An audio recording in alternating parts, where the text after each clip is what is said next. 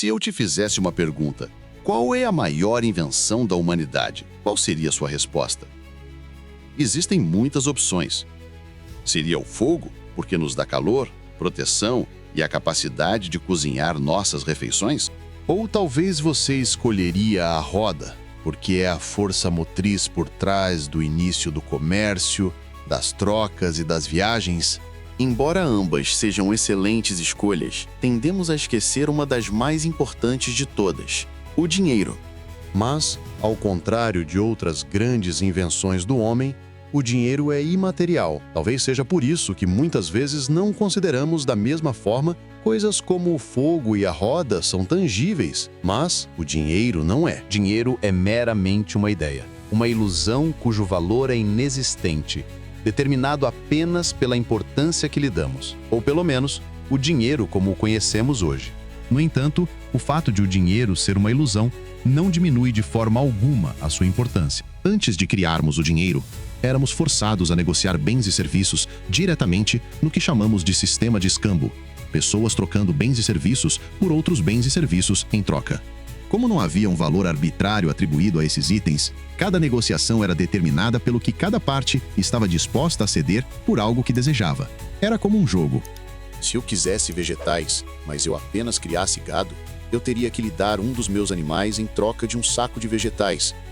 Se eu quisesse sapatos, mas eu apenas fizesse barracas, eu teria que lhe dar uma barraca inteira em troca de um par de sapatos. E imediatamente você já pode ver um dos principais problemas com o sistema de comércio.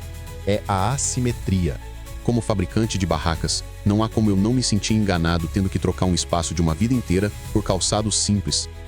Como não havia um meio de troca padronizado, era muito difícil fazer com que duas pessoas chegassem a um acordo.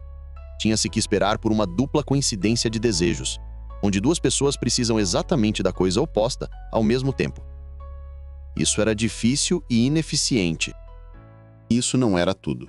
Nosso dinheiro não é apenas um meio de troca, é também considerado uma reserva de valor. E antes da invenção do dinheiro, algumas pessoas nunca podiam armazenar sua riqueza. Pense no agricultor que vende tomates. O homem que faz barracas pode criar uma vila inteira de bens imóveis e trocá-los ao longo de um ano inteiro. Mas o agricultor que vende tomates só pode negociar quando os tomates estiverem na estação. E como os tomates são bens perecíveis, você não pode guardá-los por um longo período de tempo. Portanto, embora ele estivesse dedicando o mesmo esforço ao seu negócio que o fabricante de barracas, não há absolutamente nenhuma maneira de ele permanecer rico o ano todo. Também o problema de ter algo que apenas poucas pessoas querem. Hoje em dia, ao iniciar um negócio, muitas vezes lhe dizem para encontrar um nicho. Um pequeno grupo de pessoas que estão muito interessadas no que você tem a oferecer. Antes que o dinheiro existisse, esse conselho o deixaria sem nada que valesse a pena negociar. As pessoas que tinham mais eram aquelas que possuíam coisas que todos queriam. Coisas como armas, peles de animais e sal. Mas então, o dinheiro como commodity surgiu, pois, como todos sabiam que todos queriam essas coisas, eles começaram a comprá-las, mesmo que não precisassem delas, apenas para poder negociar com elas mais tarde.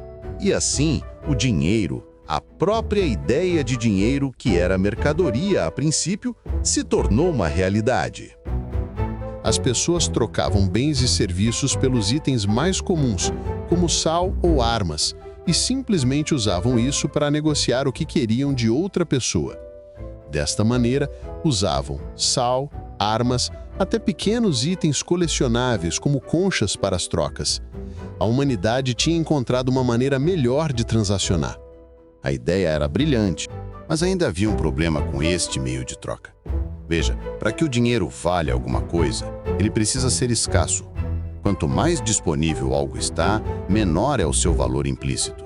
Isso é economia básica. Se todos podem ter acesso a algo, não pode valer muito, certo?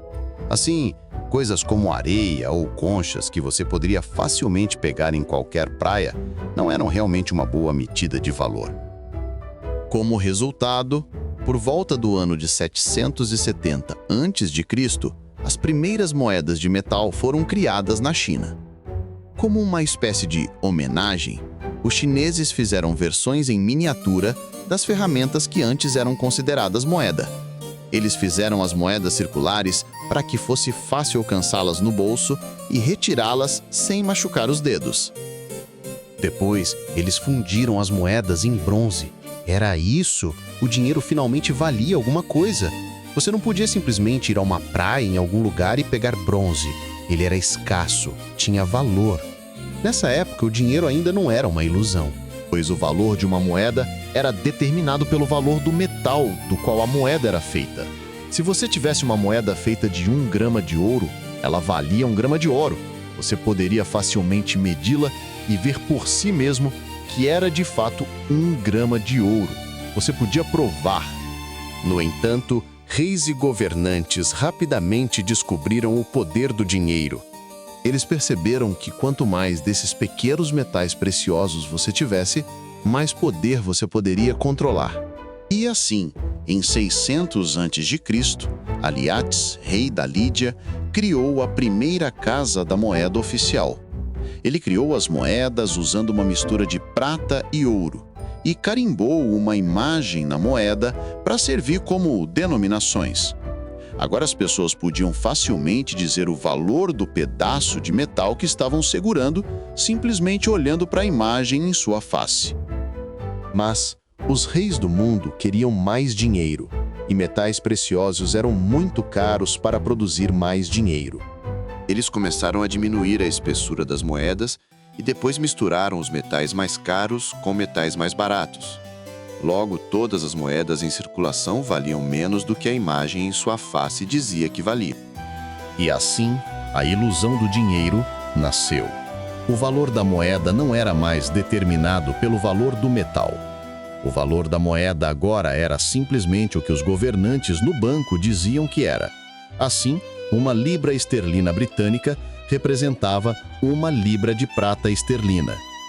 No entanto, quando o comércio internacional se tornou uma realidade, as pessoas perceberam que as moedas de metal eram muito pesadas para serem transportadas.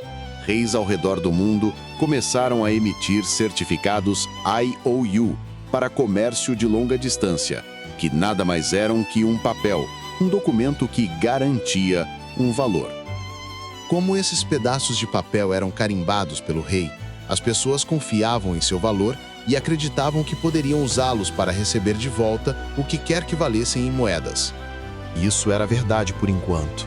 À medida que mais desses certificados IOU inundavam o mercado, as pessoas precisavam cada vez menos de moedas, até que, finalmente, o papel valia o que nós acreditamos que valia, mesmo que não o trocássemos mais por pedaços físicos de ouro e prata. De reis antigos a governos modernos e bancos centrais, o dinheiro permaneceu uma ilusão, uma mera representação cujo valor foi determinado pela importância que as pessoas lhe dão. A nota bancária mais valiosa em circulação hoje é a nota de $10.000 de Singapura. Embora não esteja sendo mais produzida, este único pedaço de papel valendo cerca de $7.345 americanos, equivalente a cerca de R$40 mil no momento, ainda é considerado curso legal. Assim, você ainda pode usá-lo para comprar coisas valiosas como casas, carros e até metais como ouro. A produção da nota em si custa menos de 20 centavos.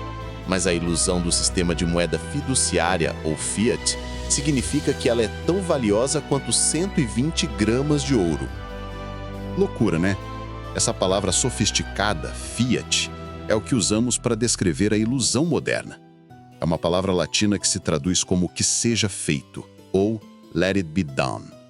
É um decreto do governo que, no caso do dinheiro, determina qual é o seu valor e o impõe como curso legal.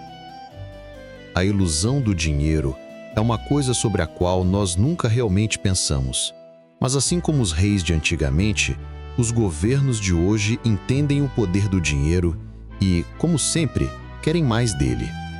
Eles sabem que quanto mais desses pedaços de papel você tem, mais poder você tem. Então, o que eles fazem? Bem, eles podem simplesmente criar mais pedaços de papel do nada. Sim, se, por exemplo, o governo dos Estados Unidos quisesse 340 milhões de dólares para, sei lá, talvez outro jato F-22, Eles podem simplesmente imprimir o dinheiro para fazê-lo. Mas há um problema com isso: a inflação. O detalhe sobre o dinheiro é que ele precisa ser um meio de troca para ser considerado valioso. Portanto, a quantidade de dinheiro em circulação precisa refletir a produção de bens e serviços que estão sendo produzidos. Quando mais dinheiro é impresso do que bens e serviços existem, mantendo-se todo o resto constante, os preços desses bens e serviços aumentam e o valor do próprio dinheiro cai. É por isso que muitos economistas e até pessoas comuns como você e eu estamos preocupados com a atual moeda de reserva global, o dólar dos Estados Unidos. 2020 foi um ano terrível para o mundo inteiro. No rastro da pandemia, a maioria das economias teve que ser paralisada. Os bens e serviços disponíveis na produção geral da economia foram reduzidos a meros gotejamentos, e o mundo meio que parou por um tempo. Como não havia tanto dinheiro circulando para evitar que a economia afundasse e basicamente nosso mundo fosse junto, o governo americano e o Federal Reserve iniciaram uma expansão da oferta monetária em uma velocidade sem precedentes. através de mecanismos como a redução das taxas de juros a zero e a injeção de liquidez no sistema bancário, o Federal Reserve inflou o balanço patrimonial e fez a oferta monetária crescer drasticamente em um curto período de tempo. Enquanto a produção do país realmente não aumentou tanto e as cadeias de suprimentos globais sofreram choques sem precedentes, essa enorme quantidade de novo dinheiro buscando os mesmos bens e serviços fez com que os preços começassem a disparar. Você pode ver isso acontecendo no preço das commodities como a madeira, que chegou a triplicar de preço em relação a apenas um ano atrás. Se você não notou, mas o preço das coisas só aumentam. Em todos os lugares, desde restaurantes e supermercados até varejo e construção, literalmente os preços estão agora mais altos do que estavam no ano passado. É um aumento tão pequeno em muitas coisas, ou talvez bem drástico em outras coisas, como por exemplo o arroz que saiu de uma média de R$ 10 em 2019 para mais de R$ 25 em 2025. Isso está acontecendo bem debaixo do seu nariz. Isso é uma coisa global. A inflação é uma característica intrínseca do dinheiro fiduciário. A moeda perde valor ao longo do tempo. Se você ainda não percebeu que o dinheiro vai desvalorizar, agora você sabe. É sempre assim. O poder de compra ao longo do tempo sempre cai. Superficialmente, parece uma coisa boa que o governo distribua auxílios e estímulos, mas a realidade é que isso é uma espada de dois gumes. É claro que apoiar os mais vulneráveis é necessário, e isso é positivo. Mas chegamos a um ponto em que, por causa da inflação persistente e, consequentemente, juros altos, em uma economia que cresce pouco, muitas pessoas não conseguem empregos adequados no momento certo. Às vezes, não é nem por falta de vontade, mas porque a conta simplesmente não fecha. No Brasil, por exemplo, milhões de trabalhadores informais sobrevivem de bicos sem carteira assinada. E quando o consumo cai, bares, restaurantes e pequenos comércios ficam sem clientes. Menos clientes com menos dinheiro significa menos renda. Se o funcionário não consegue tirar o suficiente para pagar as contas, ele desiste. Se o negócio não tem mão de obra para funcionar, fecha as portas. É um efeito dominó. E o que acontece quando alguém percebe que pode ganhar mais com auxílio emergencial ou com Bolsa Família turbinado do que em um emprego precário? A busca por trabalho formal perde atratividade. Durante a pandemia, o auxílio emergencial chegou a R$ 600 e alcançou 67 milhões de brasileiros, injetando mais de 360 bilhões de reais na economia. Isso evitou um colapso maior, mas também elevou a dívida pública, que hoje já passa de 8,3 trilhões de reais, algo em torno de 74% do PIB. Para financiar todo esse gasto, o Tesouro Nacional emite títulos públicos que nada mais são do que promessas de pagamento com juros. A diferença é que no Brasil, esses papéis oferecem taxas muito acima da inflação. Tesouro Selic, Tesouro Prefixado e Tesouro IPCA+. Eles garantem retornos reais elevados, o que faz do país um terreno fértil para o rentismo. O investidor não perde poder de compra, ao contrário, ganha. Mas esse ganho vem às custas de um Estado que precisa comprometer centenas de bilhões de reais por ano apenas com o pagamento de juros. O Banco Central, por sua vez, tenta controlar a inflação mantendo a taxa Selic em patamares elevados, mas isso encarece o crédito e trava o crescimento. Enquanto isso, o governo continua rolando sua dívida, pagando os vencimentos antigos com dinheiro novo. É um ciclo que se retroalimenta. Mais dívida exige mais emissão de títulos, que exige mais juros, que pressiona ainda mais as contas públicas. No fim, a quantidade de reais em circulação aumenta e cada real vale menos. O saldo na sua conta bancária pode até ser o mesmo, mas o que você consegue comprar com ele diminui a cada ano.